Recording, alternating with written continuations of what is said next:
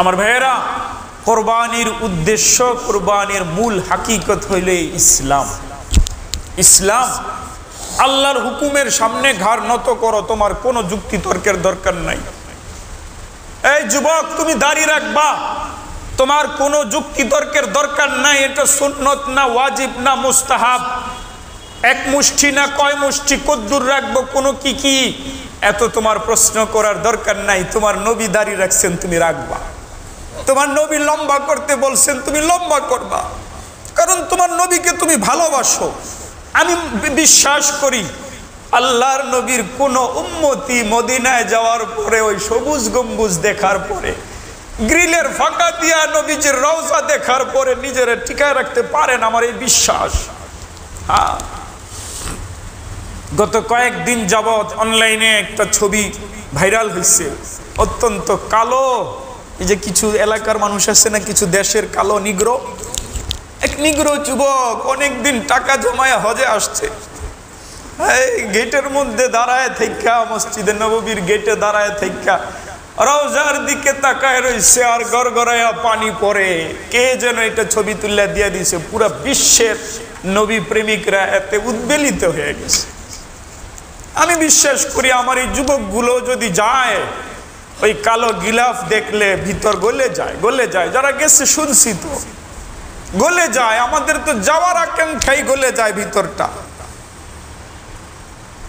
তোমার আজকে মৃত্যু হয়ে গেলে হাসরের মাঠে তোমার নবী বসবেন, হাউজে কাউসার থেকে পান করাইতে থাকবেন, দলে দলে উম্মতি যাবে, এত এত পেয়ালা থাকবে, কান নুজুমি ফিস সামা, আকাশে যেমন অসংখ্য অগণিত নক্ষত্ররাজি থাকে, এত এত পেয়ালা থাকবে।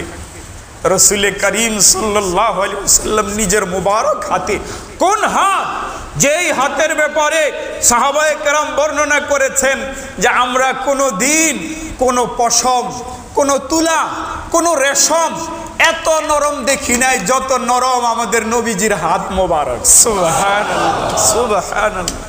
আল্লাহ জাল্লা শানুহুর শাহী দরবারে অসংখ্য শুকরিয়া। রব্বুল আলামিন আমাদেরকে জুমার মসজিদে আসার বসার তৌফিক দিয়েছেন। সবাই শুকরিয়া আদায় করি, বলি আলহামদুলিল্লাহ।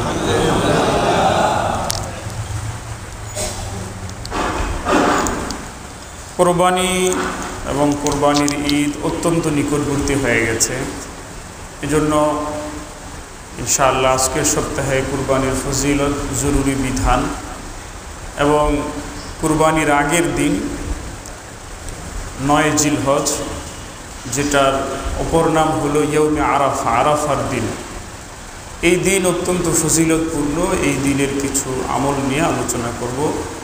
আল্লাহ তাআলা উপকারী কথা বলার, আমাদের সবাইকে আমলের নিয়তে শোনার তৌফিক দান করেন, বলবো আমিন। কোরবানি যেটা আমরা দেই, আসলে আমরা যেহেতু মানুষ, বারবার কোনো কিছু করলে, বারবার কোনো কিছু দেখলে আমাদের কাছে অনেক সময় ওটার গুরুত্বটা হারায় যায়। বারবার দেখতে দেখতে দেখতে দেখতে আর গুরুত্ব লাগে না, গুরুত্ব হয় না, এমনিতেই চলতে থাকে। কিন্তু যেই ইসলামের এক একটা নির্দেশের ব্যাপারে, এক একটা নির্দেশনার ব্যাপারে, এক একটা বিধানের ব্যাপারে ইসলামের যেই রহস্য আছে, ইসলামের যে হিকমত আছে, যে উদ্দেশ্য, সেগুলো আমরা ভুলে যাই এবং কেমন যেন একটা অনুষ্ঠান, রেওয়াজ, রসমের মতন দিনটাকে এখন আমরা পালন করতেছি, রসমের মতো, রেওয়াজের মতো। এই যে কুরবানি, এই কুরবানির ইতিহাস আপনারা বারবার শোনেন। আমার তো মনে হয় আপনারা বুঝের হওয়ার পরের থেকে প্রত্যেক বছরই শোনেন, তাই না? কোরবানির ইতিহাসটা প্রত্যেক বছর শোনেন না? কিভাবে চালু হইল?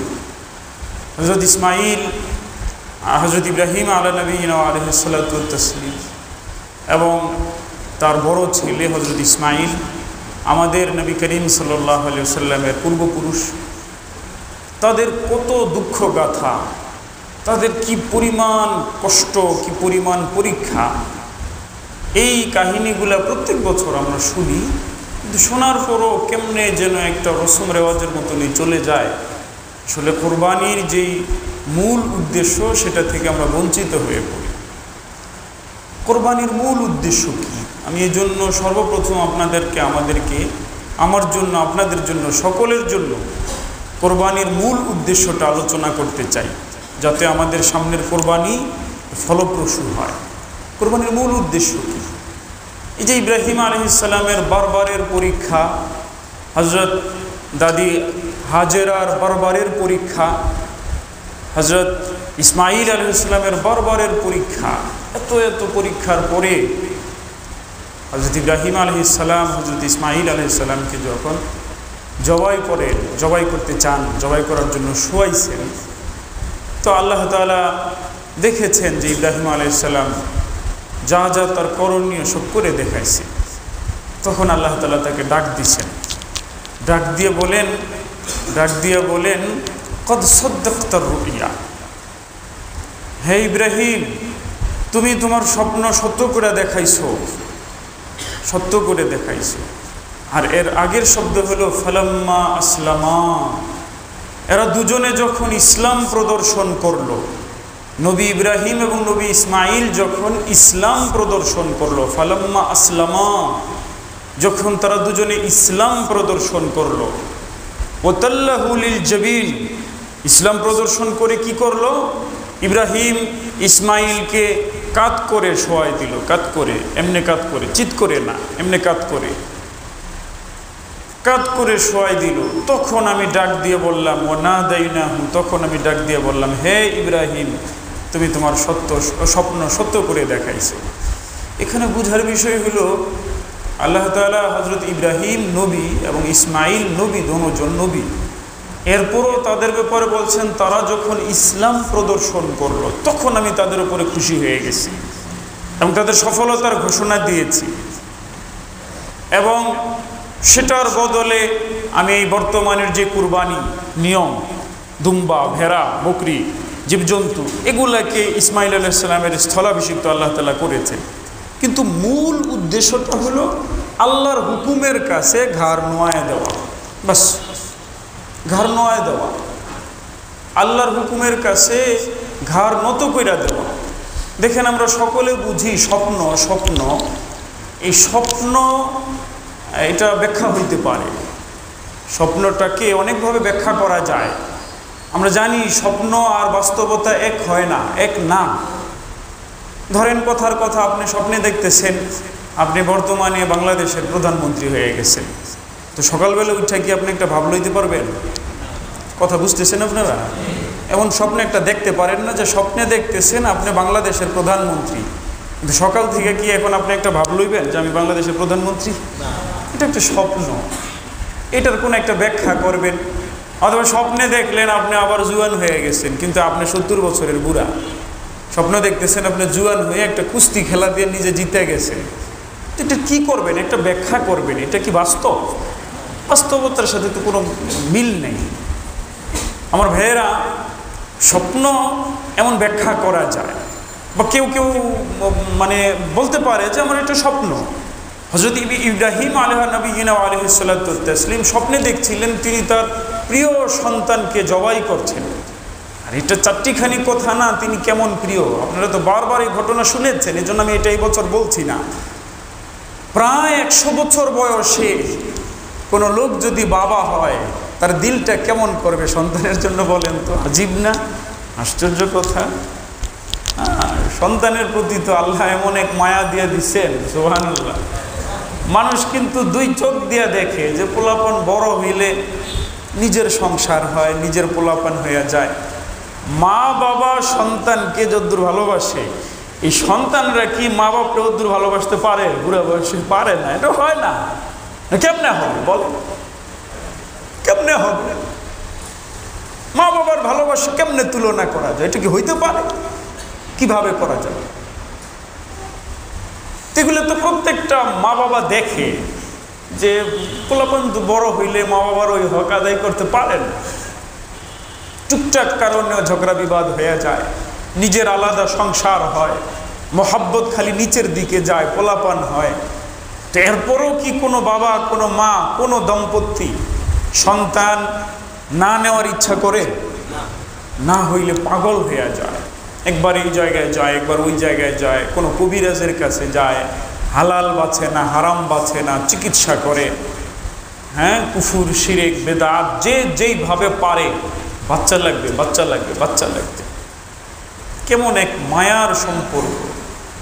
ওহো, দুনিয়া এইভাবেই তো টিকা রয়েছে না? না হয় বয়স্ক মানুষগুলা, প্রাপ্তবয়স্ক ছেলেগুলা মেয়েগুলা যদি খেয়াল করতো যে কত তো দেখতেছি বাপ মারে পোলাপান দেখে না বড় হইলে, তা আমি আবার পোলাপান নিব কেন, এমন করে যদি প্রত্যেকে বিরত থাকতো, এই দুনিয়া টিকতো? দুনিয়া শেষ হয়ে যেত। কিন্তু দেখেন তো কি এক মোহাব্বত, কেমন মোহাব্বত। নিজেরা মিটাই দিতে চায় বাবা সন্তানের জন্য, মিটাই দিতে চায় আমার সন্তানের ভবিষ্যৎ, আমার সন্তানের বাড়ি, আমার সন্তানের গাড়ি। আপনি দেখবেন বাচ্চা কাচ্চা হওয়ার পরে মা বাবার পুরো দুনিয়াটাই যেন বাচ্চা কাচ্চা কেন্দ্রিক হয়ে যায়। নিজের জামা কাপড়ের খেয়াল নাই, নিজের জুতা কাপড়ের খেয়াল নাই, খালি বাচ্চার কি লাগবে বাচ্চার কি লাগবে। ঈদ আসলে সর্বপ্রথম বাচ্চার কথা মাথায়, এর জন্য কি কিনতে হবে, তার জন্য কি কিনতে হবে, তার জন্য কি কিনতে হবে।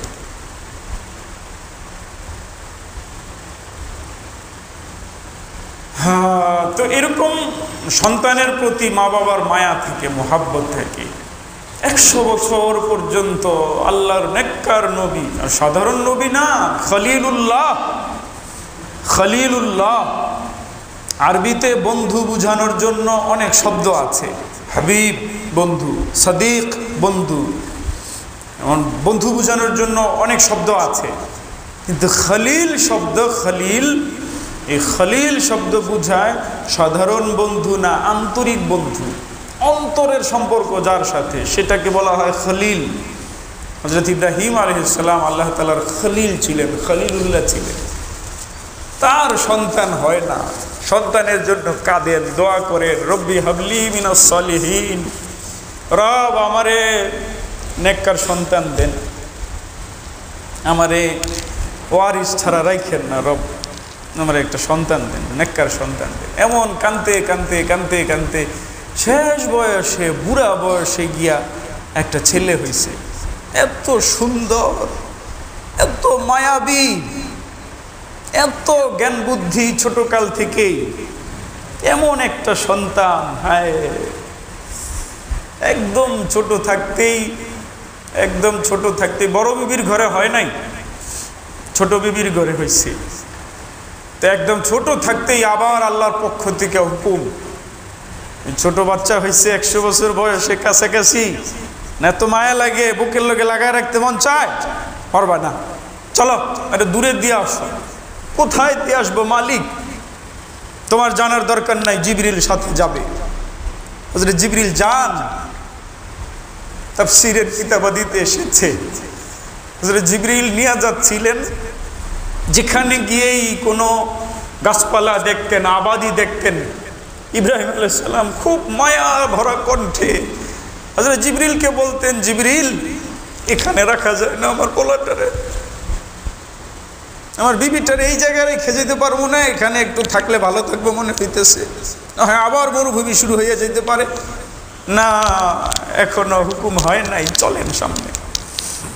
আবার যাইতেন, আবার যাইতেন, যেখানেই দেখতেন কিছু গাছপালা দেখা যায়, যেখানেই দেখতেন কিছু আবাদি দেখা যায়, যেখানে ছোট্ট একটা শিশুকে নিয়ে একটা মহিলা টিকতে পারবে, বসবাস করতে পারবে, এমন কিছু একটা দেখলেই আবার খুব অনুনয়ের সাথে, খুব বিনয়ের সাথে, খুব দরদি কণ্ঠে, খুব আবেদন নিয়ে বলতেন, জিবরিল এখানে রাখা যায় না আমার ছেলেটারে, আমার বিবিটারে। না, আল্লাহর খলিল এখনো হুকুম হয় নাই, চলেন সামনে। যাইতে যাইতে যাইতে যাইতে এমন এক জায়গা, যেই জায়গায় কোনো তৃণলতা নাই, দূর দূরে কোনো মানুষ নেই, দূর দূরে কোনো গাছপালা নাই, খাদ্যের ব্যবস্থা নাই, পানি নাই, কেমনে কি করা যায়? এই জায়গায় এসে জিবরিল বলেন, এই জায়গায় হুকুম হয়েছে, এই জায়গায় রেখে যেতে হবে। সুবহানাল্লাহ, এটা কেমনে কি, কেমনে কি?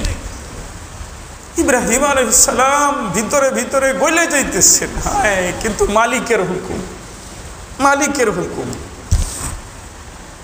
এবার মায়া লাগবে বইলা পিছনে আর তাকান না, আবার বাচ্চাটার দিকে তাকাইলে মায়া লাগবে, একটু বাচ্চারা কেমনে রেখে যাবে বলেন আপনারা? একটা মস্কের ভিতরে অল্প কিছু পানি, অল্প কিছু খেজুর, যেগুলা নিশ্চিতভাবে 1-2 দিনের মধ্যে খতম হয়ে যাবে। এই তপ্ত মরুভূমিতে যেখানে ঠোসা পড়া যায়, কিভাবে টিকবে এই নাবালেক না শিশু, দুধের শিশু আর একটা মহিলা? কিসের নিরাপত্তা, কেমনে কি হবে, কত ধরনের আশঙ্কা একজন বাবা একজন স্বামীর মনের ভিতরে থাকতে পারে। এবার তাদের দিকে ফিরে তাকাইলে যদি মায়া লেগে যায়, না তাকায়া সামনে চলতেছেন, পিছন থেকে ডাক দিছেন দাদি যান, হযরত খাদিজা, হযরত হাজেরা ডাক দিয়ে বলেন, আল্লাহর নবী, আল্লাহর খলিল, এই জায়গায় রেখে যাইতেছেন, কোনো ভুল হইল নি?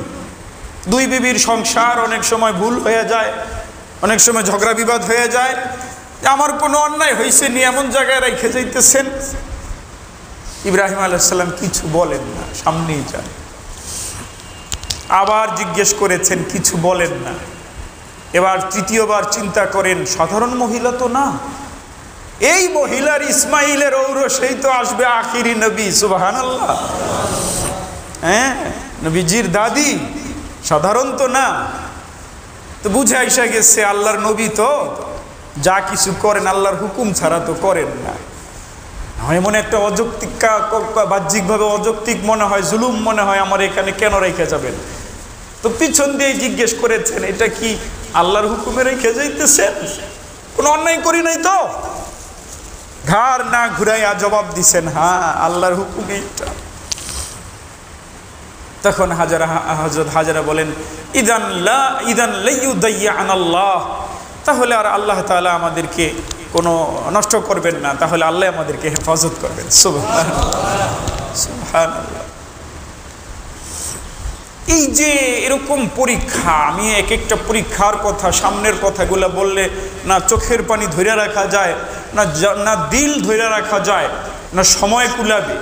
কিন্তু আমি বলতে চাচ্ছি, এই যে একটার পর একটা বড় বড় বড় বড় পরীক্ষা, এগুলোর পরে এগুলো কিসের কারণে পরীক্ষা হচ্ছে? শেষ দিকে গিয়ে আবার স্বপ্নে দেখেন যেই শিশু বাচ্চা প্রায় 100 বছর বয়সে পাওয়া যায়, যেটারে এমন মরুভূমিতে রেখে পালা লাগে, যেটারে এমন দূরে রাখতে হয়, এরপরে যেটা আস্তে আস্তে বড় হয়ে যায়। বাবা কিছুদিন পরে দেখতে গেলে বাবার সাথে দৌড়াদৌড়ি করে, বাবার কাজে সহযোগিতা করে। বলেন ওই সময় বাচ্চাটারে দেখলে ভিতরটা কেমন লাগে? একবার ছোট্ট থাকলে যেমন লাগে, যদি আরেকটু নিজের সাথে চলাফেরা করার বয়স হয়ে যায়, তখন মায়া আরো বেশি লেগে যায়। আমার ছেলে এখন আমার কাজ করতে পারে, আমার হাত ধরে ধরে বাজারে যাইতে পারে, মসজিদে যাইতে পারে, আমি কোথাও রওনা হইলে আমার হাত ধরে চলে। এরকম দৃশ্যটা হইলে কেমন লাগবে একটা বাবা? ওই সময় স্বপ্নে দেখেন তারা জবাই করে দিতেছে। আল্লাহু আকবার, কি আজীব কথা! ওই ছেলে, যেই ছেলেকে 100 বছর বয়সে কাঁদতে কাঁদতে পাওয়া গেছে, যেই ছেলেকে মরুভূমিতে এমনি রাইখা যাওয়া হয়েছে, মইরাই যায় নাকি রোদ্রে শুকায়া যায়, ঠোসা পয়রা মইরা যায়, সেটাও যখন বড় হয়ে গেছে, এখন স্বপ্নে দেখেন জবাই করে দেন। স্বপ্ন ছিল, স্বপ্ন ছিল। আল্লাহর খলিল চাইলেই এটার কোনো একটা ব্যাখ্যা কইরা অন্য কিছু করতে পারতেন, ব্যাখ্যা, যেহেতু স্বপ্নের ব্যাখ্যা করা যায়। কিন্তু না, এই যে আপনারা কিসা শুনছেন, মিথ্যা কিচ্ছা, ইব্রাহিম আলাইহিস সালাম স্বপ্নে দেখছেন কোনো প্রিয় জিনিসকে তিনি কুরবানি করছেন, পরে সকালবেলা উনি 100 দুম্বা, 200 দুম্বা, 300 দুম্বা এমন 3-4 দিন ধরে করতেছেন। এটা ভুল কথা, মিথ্যা কথা এগুলা। কোরআন মাজিদে আসে, হযরত ইব্রাহিম আলাইহিস সালাম নিজে বলেন, আল্লাহ তাআলা সেই কথাগুলারে বর্ণনা করছেন। কোরআন মাজিদে আসে, ইন্নী আরা ফিল মানামি আন্নী আযবাহুক, আমি স্বপ্নে দেখছি ইসমাইল তোমাকে আমি জবাই করতেছি। ইব্রাহিম আলাইহিস, কোরআন মাজিদে আছে স্বপ্নে সরাসরি দেখছেন জবাই করতেছেন। আর আমি যদি বলি বানায় বানায়া প্রিয় জিনিস, তো হইল? কথা বুঝেন নাই আমার? সরাসরি এটাই দেখছেন। কিন্তু এটা দেখলেও তো এটা সরাসরি আল্লাহ তাআলা নির্দেশ দিচ্ছেন এমন না, স্বপ্ন দেখাইছেন। এখানে ব্যাখ্যা করা যাইতো। এখানে মালিক তার খলিলকে আবার পরীক্ষা করতেছেন যে দেখি খলিল এই বাচ্চার মহব্বতে এটার কোনো ব্যাখ্যা করে কিনা, ব্যাখ্যা করে অন্য কিছু করে কিনা। কিন্তু না, খলিল তো খলিল, মায়া দয়া ভরা দিলের ভিতরে, আর মালিকের সাথে তো সম্পর্ক এমন, মায়া দয়া হতে এই পরিমাণ। আপনারা যে শুনেছেন বারবার, মুসলমানদের সন্তানদের যারা নাবালেগ অবস্থায় মারা যায়, আহা, মা বাবার কলিজা ছিঁড়ে যাইতে চায়। ওই সময় যেন মা বাবা এই কথাটা খেয়াল করে যে তার নাবালেগ বাচ্চা মৃত্যুবরণ করেছে, সে ধৈর্য ধারণ করুক। তার এই বাচ্চার লালন পালনের দায়িত্ব পালন করবেন হযরত ইব্রাহিম এবং তার বিবি হাজেরা। তাদের ভিতরে মায়া বেশি দেখে আল্লাহ তাআলা এই জিম্মাদারি দিয়েছেন। আপনারা এই জিম্মাদারি দিলাম, আমার বান্দাদের যত কলিজার টুকরা নাবালেগ অবস্থায় মারা যাবে, এদেরকে পালবেন আপনারা জান্নাতে। সুবহানাল্লাহ, সুবহানাল্লাহ, সুবহানাল্লাহ। ইব্রাহিম আলাইহিস সালাম ব্যাখ্যা করতে পারতেন, কিন্তু ব্যাখ্যা করেন নাই। ওই ছেলের এই জবাই করার জন্য, ছোট্ট ছেলে, ওই ছেলেরা বলতেছেন সরাসরি, কারণ বাবা দূরদর্শী নবী, দেখে হয়তো বুঝে ফেলছেন যে এটা নবী হবে। আল্লাহ তাআলা ইশারা ইঙ্গিত বলেছেন নবী হবে, নবী হবে। এই জন্য জিজ্ঞেস করেন, আমি তো স্বপ্নে এমন এমন দেখছি, তোমার জবাই করে দিচ্ছে, তুমি কি বলো? নবীদের স্বপ্ন ওহী হয়, এই হিসাবে তোমারে আমার জবাই করতে হবে, কি বলো? সুবহানাল্লাহ, কেমন জবাব! ছেলে জবাব দেয়, ইয়া আবাতি, ইয়া আবাতি। যারা আরবি ভাষা বুঝে এরা বুঝবে, আবুন শব্দ মানে বাবা, ইয়া আবি বললেই বোঝা যায় হে আমার বাবা, কিন্তু এখানে আবার তা যুক্ত হয়েছে, ইয়া আবাতি, এ আমার মায়ার বাবা, আমার প্রিয় বাবা, হ্যাঁ আমার আব্বু, আমার প্রিয় আব্বু। ইফআল মা তুমার, আপনি তাই করেন যা আপনাকে নির্দেশ দেওয়া হয়েছে। সুবহানাল্লাহ। সাতাজিদুনি ইনশাআল্লাহু মিনাস সাবিরিন, আপনি দেখবেন আমি ধৈর্য ধরে রইছি। আর আমি একলাই ধৈর্য ধারণকারী না, আল্লাহর যত ধৈর্য ধারণকারী বান্দা আছে তাদের মধ্যে নগণ্য আমারও পাইবেন একজন, দেখবেন আমি ধৈর্য ধরে রইছি। এই যে বিষয়, এখানে আল্লাহ তাআলা এসে বলেন ফালাম্মা আসলামা, এরপরে দুজনে যখন ইসলাম প্রদর্শন করলো। আমার ভাইয়েরা, কোরবানির উদ্দেশ্য, কোরবানির মূল হাকিকত হইল ইসলাম। ইসলাম, আল্লাহর হুকুমের সামনে ঘাড় নত করো, তোমার কোনো যুক্তি তর্কের দরকার নাই। এই যুবক, তুমি দাড়ি রাখবা, তোমার কোনো যুক্তি তর্কের দরকার নাই। এটা সুন্নত না ওয়াজিব না মুস্তাহাব, এক মুষ্টি না কয় মুষ্টি, কদ্দুর রাখবো, কোনো কি কি, এত তোমার প্রশ্ন করার দরকার নাই। তোমার নবী দাড়ি রাখছেন, তুমি রাখবা। তোমার নবী লম্বা করতে বলছেন, তুমি লম্বা করবা, কারণ তোমার নবীকে তুমি ভালোবাসো। আমি বিশ্বাস করি আল্লাহর নবীর কোন উম্মতি মদিনায় যাওয়ার পরে, ওই সবুজ গম্বুজ দেখার পরে, গ্রিলের ফাঁকা দিয়া নবীজির রওজা দেখার পরে নিজের টিকায় রাখতে পারেন, আমার এই বিশ্বাস। হ্যাঁ, গত কয়েকদিন যাবৎ অনলাইনে একটা ছবি ভাইরাল হয়েছে, অত্যন্ত কালো। এই যে কিছু এলাকার মানুষ আছে না, কিছু দেশের কালো নিগ্রো, এক নিগ্রো যুবক অনেকদিন টাকা জমায় হজে আসছে, গেটের মধ্যে দাঁড়ায় থাইকা, মসজিদে নববীর গেটে দাঁড়ায় থাইকা রওজার দিকে তাকায় রইছে, আর গড়গড়াইয়া পানি পড়ে। কে যেন এটা ছবি তুলে দিয়ে দিছে, পুরা বিশ্বের নবী প্রেমিকরা এতে উদ্বেলিত হয়ে গেছে। আমি বিশ্বাস করি আমার এই যুবকগুলো যদি যায়, ওই কালো গিলাফ দেখলে ভিতর গলে যায়, গলে যায়। যারা গেছে শুনছি তো, গলে যায়। আমাদের তো যাওয়ার আকাঙ্ক্ষাই গলে যায় ভিতরটা। তোমার আজকে মৃত্যু হয়ে গেলে হাসরের মাঠে তোমার নবী বসবেন, হাউজে কাউসার থেকে পান করাইতে থাকবেন, দলে দলে উম্মতি যাবে, এত এত পেয়ালা থাকবে, কান নুজুমি ফিস সামা, আকাশে যেমন অসংখ্য অগণিত নক্ষত্ররাজি থাকে, এত এত পেয়ালা থাকবে। রাসূল করিম সাল্লাল্লাহু আলাইহি ওয়াসাল্লাম নিজের মুবারক হাতে, কোন হাত, যেই হাতের ব্যাপারে সাহাবায়ে কেরাম বর্ণনা করেছেন যে আমরা কোনো দিন কোনো পশম, কোনো তুলা, কোনো রেশম এত নরম দেখি নাই যত নরম আমাদের নবীজির হাত মোবারক। সুবহানাল্লাহ, সুবহানাল্লাহ, সুবহানাল্লাহ। এবং বলেন আমরা নবীজির গায়ের ঘ্রাণ যেটা পাইছি আমরা কোনো দিন কোনো মেশ কোনো আম্বার এত সুঘ্রাণযুক্ত পাই নাই আমার নবীর দেহের ঘ্রাণ যত সুন্দর। সুবহানাল্লাহ। এটা কল্পনা করলে কেমন যেন লাগে, আমার ভিতর মোচড় দিয়া উঠে। আপনি একটু কল্পনা করেন, আপনি হাসরের মাঠে আপনার হাবিব থাকবেন কাউসারে, পেয়ালা ভর্তি করে থাকবেন বৈশা, আপনি যাবেন, আপনারে পরম যত্নে ওই হাত দিয়া পান করাই দিবেন, আপনি নবীজির দেহের ঘ্রাণ পাবেন। ওই সময় যদি মুখটা ছিলা থাকে শরম লাগবে না যুবক? শরম লাগবে তো। মানুষগুলার মৃত্যু যেভাবে হবে ওইভাবেই মানুষগুলা হাসরের মাঠে উঠবে। কোরবানির শিক্ষা এটা, কোনো যুক্তি নাই, তর্ক নাই, কোনো অন্য কোনো চিন্তা নাই। এটা ইসলামের হুকুম, এটা আমার বুঝে আসুক না আসুক এটা আমি মানবো, মানতে আমি বাধ্য। এটার নাম ইসলাম, এটার নাম ইসলাম।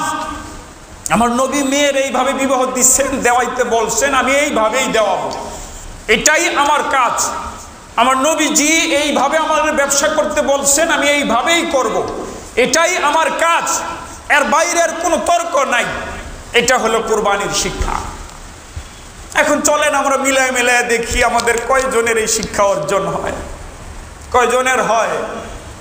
আপনারা মনে করছেন খালি গোশত খাওয়া এটাই বুঝি? এত সহজ ইসলাম? এত সহজ? এত সহজেই জান্নাতে চলে যাইবেন?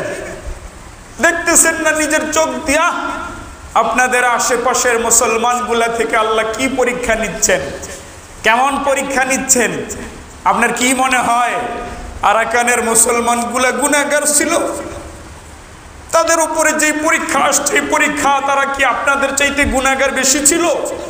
এজন্য তাদের উপরে গজব আসছিল? এটা আল্লাহ পরীক্ষা নিচ্ছেন। বলেন কোন ছেলে এটা বরদাস্ত করতে পারবে তার সামনে তার মারে গলায় এভাবে পোঁচায় কেটে দেওয়া হলো? কে বরদাস্ত করতে পারবে?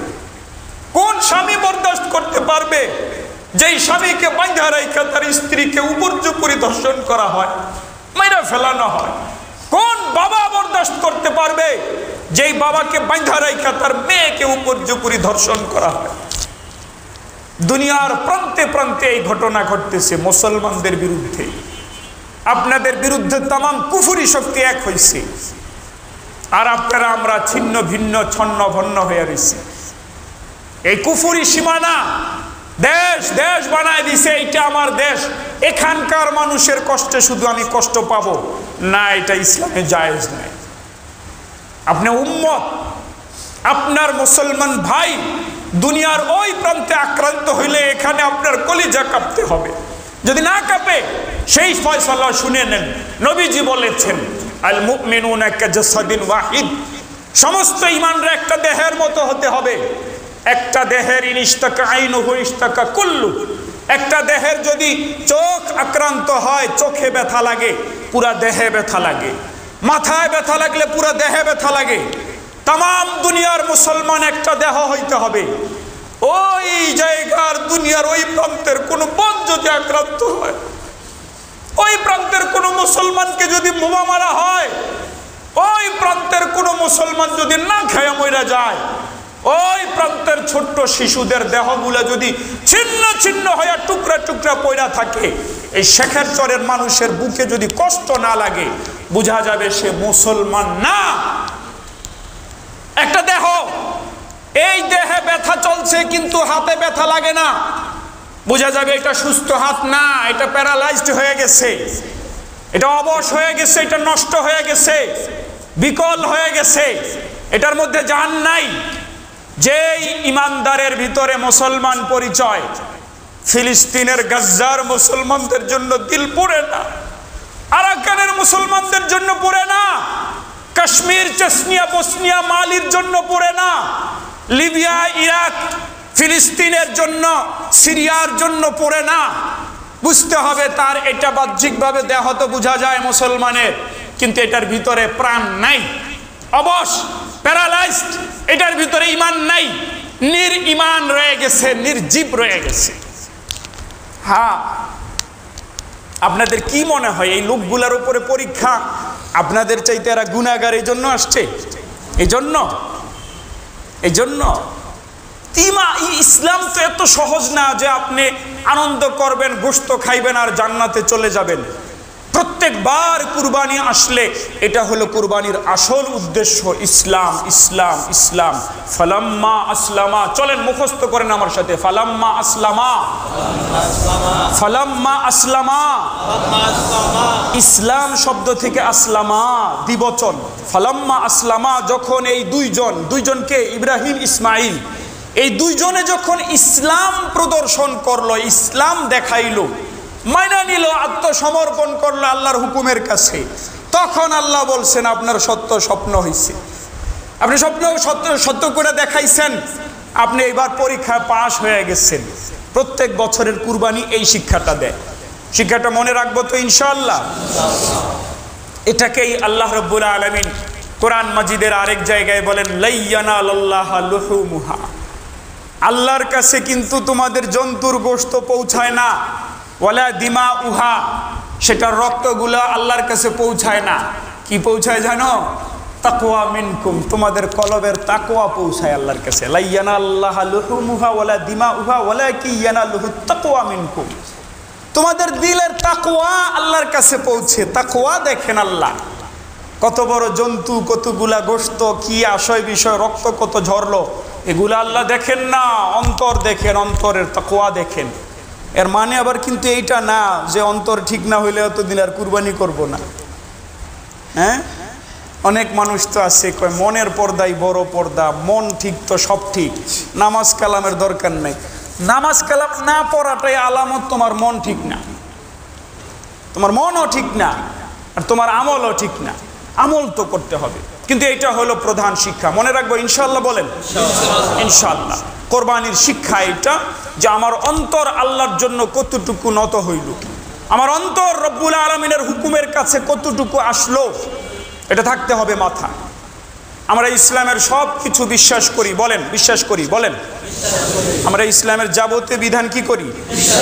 বিশ্বাস করি। যেগুলো মানতে পারতেছি সেগুলো বিশ্বাস করি, বলেন যেগুলো মানতে পারতেছি সেগুলো, যেগুলো মানতে পারতেছি না, অনেকের কারণে পারতেছি না, সেগুলো বিশ্বাস করি। আল্লাহ আমাদেরকে দিলের ব্যাপারে বিধান দিচ্ছেন, সেগুলো, দৈহিক বিধান দিচ্ছেন সেগুলো, পারিবারিক বিধান দিচ্ছেন সেগুলো, সামাজিক বিধান দিচ্ছেন সেগুলো, রাষ্ট্রীয় বিধান দিচ্ছেন সেগুলো বিশ্বাস করি। কিন্তু আমরা মানতে পারতেছি না, আমাদেরকে মানতে দিতেছে না। এটারও কল্পনা থাকতে হবে। প্রত্যেক বছর কুরবানির ঈদের সময় এটাও মাথায় আসতে হবে, হ্যাঁ প্রায় 100 বছর হয়ে যাচ্ছে খেলাফত নেই। খেলাফত না থাকার কারণে আল্লাহ আমাদেরকে যে ব্যক্তিগত কিছু বিধান দিচ্ছেন এগুলো তো পালন করি, কিন্তু আল্লাহ রাষ্ট্রীয় বিধানও দিচ্ছেন। চুরি করলে কি শাস্তি হবে বলেন, এই শাস্তি আল্লাহ দিচ্ছেন কিনা বলেন, কিন্তু এটা পালন করতে পারতেছি আমরা? জিনা করলে কি শাস্তি হবে আল্লাহ দিচ্ছেন কিনা, করতেছি? অর্থনৈতিক কোন নিয়মে অর্থনীতি চলবে আল্লাহ দিচ্ছেন কিনা, করতে পারতেছি? কিভাবে রন্ধ্রে রন্ধ্রে কোথায় কি চলবে পারতেছি? এই না পারার কারণেই কিন্তু মূলত অশান্তি। আপনাদের মাঝে মাঝে এমন মনে হয় না যে দুনিয়াটা যদি মানে মইরেই যাইতাম তাহলে ভালো হইতো, মনে হয় কিনা মাঝে মাঝে? কোন না, মাঝে মাঝে মনে হয় না এই দেশটা ছেড়ে যদি চলে যাইতে পারতাম তাহলে ভালো হইতো, মনে হয় না? এটার কারণে, এটার কারণে এই যে আপনারা দেখতেছেন মাথার উপরে ঘুরে, এগুলোর মনে করছেন বিজ্ঞানী বানাইছে, সৃষ্টি করছে, এটা মিথ্যা কথা। বিজ্ঞানী আবিষ্কার করেছে, আবিষ্কার মানে হলো প্রকাশ করা। আল্লাহ পাক যা সৃষ্টি করে রাখছেন সেগুলোর সে জোড়াতালি দিচ্ছে, শুধু জোড়াতালি না হয়। বলেন এটার একটা মেটেল, সিম্পল একটা মেটেল কেউ বানাইতে পারছে? একদম সামান্য কিছু বানাইতে পারবে না কেউ। সব কিছু আল্লাহর বানানো, খালি জোড়াতালি দেই আমরা। কি দেই বলেন না? জোড়াতালি দেই। জোড়াতালি দেওয়ার কারণে বিজ্ঞানীর এতটুকু জ্ঞান, অভিজ্ঞতা এবং এতটুকু সিদ্ধান্ত দেওয়ার যোগ্যতা হয়, বিজ্ঞানী সিদ্ধান্ত দিয়ে দেয় এটারে এইভাবে চালাবেন তাহলে ঠিক থাকবে। এটা নেগেটিভ, এটা পজিটিভ, এটা দোনোটার একলগে মিলাই দিলে খবর আছে। আমি কারেন্টের কাজও পারি, আমার মাদ্রাসার কারেন্টের কাজ আমি করি, এরপরে সিসি ক্যামেরার কাজ আমি করেছি। কিন্তু আগে যখন পুরো পারতাম না, আমি এবার এগুলো কারো থেকে শিখি নাই, আমার ভাইয়েরা পারে, আমি এগুলো খুলে খুলে মোতালা করতাম, দেখতাম আর কি, দেখে দেখে শিখতাম। তো রেগুলেটর চালানো, রেগুলেটর লাগানো আমি প্রথমে পারি নাই। তো আমার মাথায় প্রথমে ছিল রেগুলেটরের দুইটা তার থাকে না, মনে হয় একটার ভিতরে নেগেটিভ দিয়ে দিতে হবে, আরেকটার ভিতরে পজিটিভ দিতে হবে, এমন মনে করতাম, কিন্তু এরপরও সাহস করে করি নাই। এখন তো বুঝি যদি একটা রেগুলেটরের ভিতরে একটা দেন লাল তার আর একটা কালো তার, দোনোটা দিয়ে দেন, কি ঘটনাটা ঘটবো কোন তো দেখি? হ্যাঁ, একবারে বাতাসে উড়ে যাবো না, উড়ে জান্নাতে যেতে কইব। অথচ এটা বিজ্ঞানী এটারে বানায় নাই, সৃষ্টি করে নাই, শুধু জোড়াতালি দিচ্ছে। দেওয়ার কারণে উনি সিদ্ধান্ত দিতে পারেন এই তার এখানে, ওই তার ওখানে। বলেন মালিক আপনাকে বানাইছেন, কি থেকে বানাইছেন? আল্লাহু আকবার। কি থেকে? কেমন নাপাক পানি বের হইলে গোসল ফরজ হয়ে যায়, একটুখানি কি বলে এটারে, অনুবীক্ষণ যন্ত্র না, অনুবীক্ষণ যন্ত্রের নিচে নিয়ে গিয়া দেখলে দেখা যায় হাজার হাজার কোটি কোটি কি জানি দৌড়াইতেছে। এগুলো এক একটা মানুষ, এগুলো এক একটা মানুষ হইতে পারতো। সুবহানাল্লাহ। এক ফোঁটার ভিতরে 20 million, 24 million, 30 million, 90 million, 100 million এক ফোঁটার ভিতরে। কেমনে বানাইছেন আল্লাহ পাক? তো এমন ভাবে বানানোর পরে আল্লাহ তাআলা কি এটা সিদ্ধান্ত যেটা দিচ্ছেন এটা কি হওয়া উচিত না যে এইভাবে চললে শান্তি হবে, আর এইভাবে চললে এমন ব্লাস্ট হয়ে যাইবা? এটাই চলতেছে। আল্লাহর হুকুম থেকে পুরা দুনিয়াবাসী দূরে সরছে। যত দূরে সরবে তত অশান্তি, তত অশান্তি। আল্লাহ তাআলা প্রত্যেক বছর কুরবানিতে এই শিক্ষা নেওয়ার তৌফিক আমাদেরকে দান করেন যে কোরবানি হইল ইসলামের জন্য। কোরবানির শিক্ষা হলো ইসলাম। বলেন কোরবানির শিক্ষা কি? কোরবানির শিক্ষা কি? ইসলাম। আল্লাহর হুকুমের কাছে আত্মসমর্পণ করা। ইসলাম মানে আত্মসমর্পণ, নিজের একদম সইপা দেওয়া। আল্লাহ তাআলা আমাদেরকে তৌফিক দান করেন, আমিন। বাকি কুরবানির ফজিলত আছে। কি ফজিলত? রাসূল করিম সাল্লাল্লাহু আলাইহি ওয়াসাল্লাম হাদিসে পাকে বলেন, তোমরা যে কুরবানি দিবা, যে কুরবানি তোমরা দেও, এই কুরবানির এত ফজিলত, এত ফজিলত, এত ফজিলত। কুরবানির দিনে বান্দা যত কাজ করে, কোরবানির চাইতে উত্তম কোনো কাজ নাই, আল্লাহর কাছে প্রিয় কোনো কাজ নাই। এই কুরবানির জন্তু হাসরের মাঠে তোমাদের নেকির পাল্লার মধ্যে তার যাবতীয় গোশত, তার যাবতীয় রক্ত, তার যাবতীয় পশম, তার যাবতীয় খুর হাড্ডি সহ আল্লাহ তাআলা নেকিতে রূপান্তরিত করে উঠায় দিয়ে দিবেন। মা আমিলা আদামু মিন আমালিন ইয়াওমান নাহরি আহাব্বা ইলাল্লাহি মিন ইহরাকিদ দাম। আল্লাহ তাআলা বান্দা কুরবানির দিনে যত কাজ করে, কোনো কাজকে এত বেশি ভালোবাসেন না যতটা ভালোবাসেন রক্ত প্রবাহিত করাকে, জন্তুর রক্ত প্রবাহিত করাকে। ওয়া ইন্নাহা লাতাতি ইয়াউমাল কিয়ামাতি বিকুরুনিহা ওয়া আশআরিহা ওয়া আজলাফিহা। সে তার যাবতীয় এগুলা সহ তোমার সামনে নেকি হিসাবে উপস্থিত হবে। রাসূল করিম সাল্লাল্লাহু আলাইহি ওয়াসাল্লাম সামনে বলেন, ওয়া ইন্নাদ দামা লা ইয়াকাউ মিনাল আরদি বিমাকানিন লা ইয়াকাউ মিনাল্লাহি বিমাকানিন ক্বাবলা আইয়াকা মিনাল আরদ। এই রক্ত যেটা তোমরা জবাই করে, রক্তটা জমিনে পড়ার আগে আল্লাহর কাছে উচ্চ মর্যাদার সাথে কবুল হয়ে যায়। জমিনে পড়ার আগে, খেয়াল করছেন কতটুকু গ্যাপ, গলাটা শোয়ানো থাকে না জমিনে, রক্তটা মাটিতে পড়ার আগে আল্লাহ বহু মর্যাদা দিয়ে এটা কবুল করে নেন। সুবহানাল্লাহ।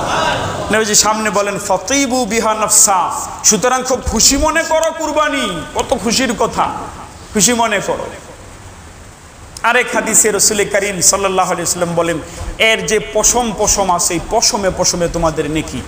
সাহাবী জিজ্ঞেস করেন, ইয়া রাসূলুল্লাহ, দুম্বা টুম্বা ভেড়া টেরা যেগুলোর ভিতরে পশম বেশি ঘন, ওগুলোরও কি সমপরিমাণ? সুবহানাল্লাহ। নবীজি বলেন, আরে প্রত্যেকটা পশমে। কি বলো তুমি? সুবহানাল্লাহ। আল্লাহর কাছে কি কমতি আছে? কোরবানি দিব তো ইনশাআল্লাহ। কোরবানি যারা না দিবে তাদের গুনাহ কি? নবী করিম সাল্লাল্লাহু আলাইহি ওয়াসাল্লাম বলেন, মান ওয়াজাদা সাআতান লিআইয়ুদাহিয়া। কারো সামর্থ্য আছে কোরবানি করার, ফালাম ইউদাহি, এরপরে কোরবানি করলো না, ফালা ইয়াকরাবান্না মুসাল্লানা, তাহলে সাবধান, সে যেন আমাদের কবরস্থানে না আসে। সে আমাদের লোক হই না, যেন আমাদের কবরস্থানে সে যেন না আসে। চিন্তা করছেন কত কঠিন কথা? কুরবানির সামর্থ্য আছে, তার কুরবানি দেওয়ার ক্ষমতা আছে, বিধান আছে, এরপরও দেয় নাই। সে যেন আমাদের লোক না, সে আমাদের কাছে আসবে না, আমাদের কুরবানি আমাদের ঈদগাহে আসবে না। কত ভারী কথা না? কুরবানি করবো ইনশাআল্লাহ। আমি গত জুমায় বলে দিয়েছিলাম, যাদের 70, 75, 72 বা 60 থেকে 70 হাজার টাকার সম্পদ আছে, তাদের এই কুরবানি আইসা যায়। প্রত্যেকে ব্যক্তিগতভাবে নিজের জন্য যোগাযোগ করবো ইনশাআল্লাহ। কোরবানির আগের দিনের যেই তারিখটা 9 তারিখ, এই 9 তারিখে 2টা বিধান আছে। কয়টা বিধান বলেন? 2টা বিধান। একটা বিধান হইল এই দিনে রোজা রাখা, এটার পারিভাষিক নাম হলো ইয়াউমে আরাফা। বর্তমান যেহেতু আধুনিক জামানা, আগের যুগে এই পেশ সমস্যাগুলো ছিল না, এখন আধুনিক জামানার কারণে কোন দিন মক্কা শরীফে হজ হইতেছে এগুলো লাইভ দেখাইতেছে, কোন দিন ওখানে হাজী সাহেবরা আরাফার ময়দানে গেছে। এটার থেকে কিছু কিছু মানুষ মনে করতেছে সৌদি আরবে আরাফার ময়দানে হাজিরা যেই তারিখে যায় ওই তারিখে বাংলাদেশে থাকে 8 তারিখ। এরা বলে 8 তারিখটাই হলো আরাফার দিন। মূলত কেউ যদি 8 তারিখেও রোজা রাখে সেটাও মুস্তাহাব, কারণ আমি বলেছি আগে 9 দিন পর্যন্ত রোজা রাখা মুস্তাহাব। কিন্তু মূল আরাফার দিন কোনটা, এটাকে এরা বলে যে যেহেতু হাজী সাহেবরা আরাফায় ওখানে জমা হয় তো সেটাই এই দেশে হবে মিলায়া, ওই দেশে 9 তারিখ আর এই দেশে 10 তারিখ। কিন্তু আজব কথা হইল সৌদি আরবে যেই দিন 9 তারিখ বা আরাফার ময়দানে জমা হয় ওই দিন সৌদি আরবের চেয়ে পশ্চিমের দেশগুলাতে আবার 10 তারিখ হইতে পারে। তো তাদের কপালের আরাফার দিন নেই তেলে, কারণ কি সৌদি আরবের লোকে মিল রাখলে তাদের কপালে আরাফার দিন আছে?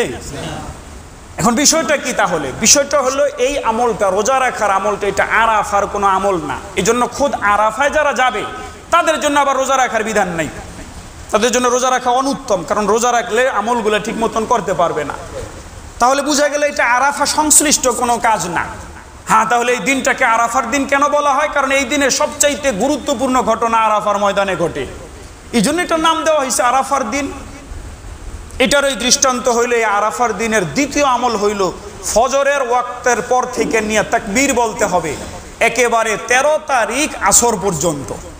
এই জায়গায় এসে এখানেও আরাফার শব্দ ইয়াউমে আরাফা, যাবতীয় হাদিসে আসছে ইয়াউমে আরাফার ফজরের পর থেকে তাকবীর দেওয়া শুরু হবে। এখানে ইয়াউমে আরাফা বলতে সবাই আবার 9 তারিখ বলে, ওই লোকেরাও বলে যেই লোকেরা 8 তারিখে এই জায়গায় রোজা রাখতে বলে, তারাও সেখানে তাকবীরের ক্ষেত্রে বলে ইয়াউমে আরাফা মানে হইল 9 তারিখ। তো তাকবীরের ক্ষেত্রে ইয়াউমে আরাফা 9 তারিখ হলে রোজার ক্ষেত্রে আবার এই 8 তারিখ হইতে কি লিগা? বুঝছেন নি কথা?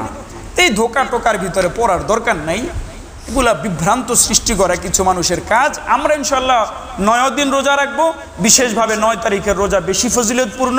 রাসূল করিম সাল্লাল্লাহু আলাইহি ওয়াসাল্লাম বলেন, আমি আল্লাহর কাছে আশা রাখি আমার উম্মত যদি এই আমলটা করে আল্লাহ তাদের 1 বছরের গুনাহ মাফ করে দিবেন, তার পিছনের বছরের গুনাহ মাফ করে দিবেন, সামনের 1 বছরের গুনাহ মাফ করে দিবেন, গুনাহ থেকে বাঁচাই দিবেন। সুবহানাল্লাহ। রাখবো ইনশাল্লাহ রোজা। আল্লাহ তাআলা কবুল করেন, তৌফিক দান করেন। যারা সুন্নত পড়েন না সুন্নত পড়েন।